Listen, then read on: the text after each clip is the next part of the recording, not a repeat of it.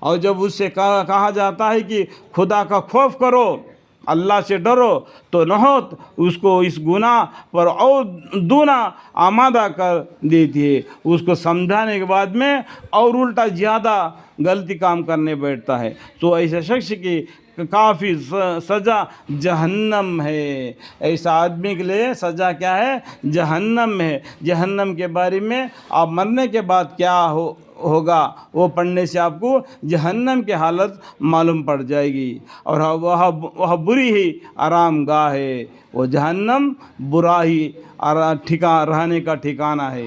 اور بعض آدمی ایسا بھی ہے کہ اللہ تعالیٰ کی رضا جوئی میں اپنی جان تک صرف کر ڈالتا ہے۔ بہت سے آدمی ایسے ہیں اللہ کے راستے میں جہاد کرتے ہیں، اس میں مر بھی جاتے ہیں، مار بھی دیتے ہیں۔ اللہ تعالیٰ ایسے بندوں کے حال پر نہایت ہی مہربان ہے۔ ایسے بندوں کے حالت پر جس نے اللہ کے واسطے اپنا وطن کو چھوڑ دیا، اللہ کے واسطے اپنا جان تک صرف کر ڈالتا ہے، اللہ تعالیٰ ایسے بندوں پر کے حال پر نہایت ہی مہربان ہے۔ واللہ رؤوف بالعباد۔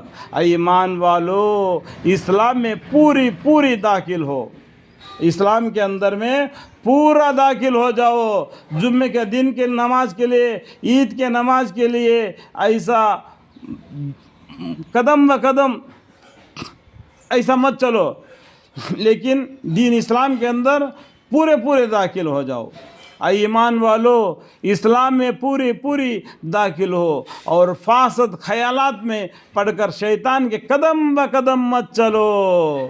یہ شیطان تمہارا کھلا دشمن ہے کر کے اللہ تعالیٰ نے پہلا ہی بتا دیا، اس کو ملعون کہا دیا، شیطان کہا دیا۔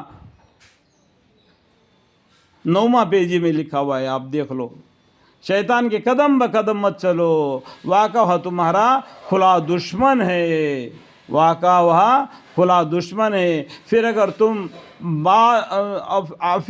تم بعد اس کے کہ تم کو وجہ دلیل پہنچ چکے ہیں، صراط مستقیم سے لغزش کرنے لگو، تو یقین کر رکھو کہ حق تعالیٰ بڑا زبردست ہے اور حکمت والا ہے۔ وجہ دلیل پہنچ چکے کے بعد میں صراط مستقیم سے لغزش کرنے لگو، یعنی اللہ کے طرف سے یہ سیدھا راستہ اسلام کا جب کو تم کو بتلایا گیا، معلوم پڑ دیا، پھر بھی تم اس میں لغزش کرنے لگو، تو یقین کر رکھو کہ حق تعالیٰ شانو بڑا زبردست ہے اور حکمت والے ہے۔ اللہ کو کسی کی ضرورت نہیں، ہم سب کو اللہ کی ضرورت ہے، ہم سب کو اللہ کی ضرورت ہے۔ اللہ کسی کا محتاج نہیں، ہم اللہ کے محتاج ہیں، اس بات کو جانو۔ یہ کل جا رہا لوگ اس امر کے منتظر معلوم ہوتے ہیں کہ حق تعالیٰ شانو فرشتے بادل کے سائبانوں میں سے ان کے پاس سزا دینے کے لیے آوے اور سارا قصہ ہی ختم ہو جاوے۔ اللہم اغفر لی۔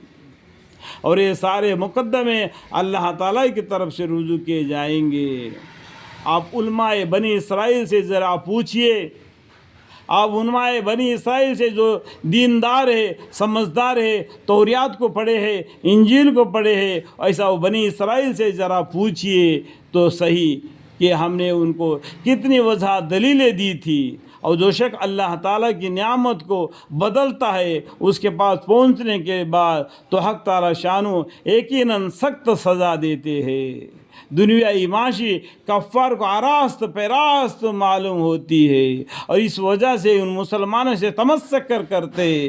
حالانکہ مسلمانوں جو کفر اور شرک سے بچتے ہیں، ان کافروں سے اعلیٰ درجے میں ہوں گے قیامت کے روز۔ اور روزی تو اللہ تعالیٰ جس کو چاہتے ہیں بے اندازہ دے دیتے ہیں۔ روزی کا دینا اللہ کا ذمہ ہے، اللہ جس کو زیادہ دیتا ہے، جس کو کم دیتا ہے، وہ اللہ کی مرضی ہے۔ جس کو زیادہ دے دیا اس کو اتنا حساب لے گا، جس کو کم دے دیا اس کو اتنا حساب دے گا۔ اس کے اندر ہم نے اللہ کے وحدانیت میں ہم نے دخل اندازہ نہیں دینا چاہیے۔ ایک زمانہ میں سب آدمی ایک ہی طریقے کے تھے، پھر اللہ تعالیٰ نے پیغمبر کو بھیجا جو کہ خوشی کے وعدے سناتے تھے اور ڈراتے تھے، اور ان کے سلوک ان کے ساتھ آسمانی کتابیں بھی ٹھیک طور پر نازل فرمائی، اس غرض سے کہ اللہ تعالیٰ لوگوں میں ان کے اموار اختلاف مذہبی میں فیصلہ فرماوے۔ اور اس کتاب میں یہ اختلاف اور کسی نے نہیں کیا مگر صرف ان لوگوں نے جن کو اولاً وہ کتاب ملی تھی۔ جس کو اول کتاب ملا تھا اس نے اس کو پڑھا، اس کے اندر کے کچھ باتوں کو اس نے بدل ڈالا تاکہ پیچھے آنے والے یہ سمجھے کہ یہ اللہ کے حکام ہے، اس کو بھاری سزا ملے گی۔ بعد اس کے کہ ان کے پاس دلائل وجہ پہنچ چکے تھے باہم جدائی کی وجہ سے، پھر اللہ تعالیٰ نے ہمیشہ ایمان والوں کو وہ امر حق جسے مختلف اختلاف کیا کرتے تھے بعض اللہ تعالیٰ بتلا دیا۔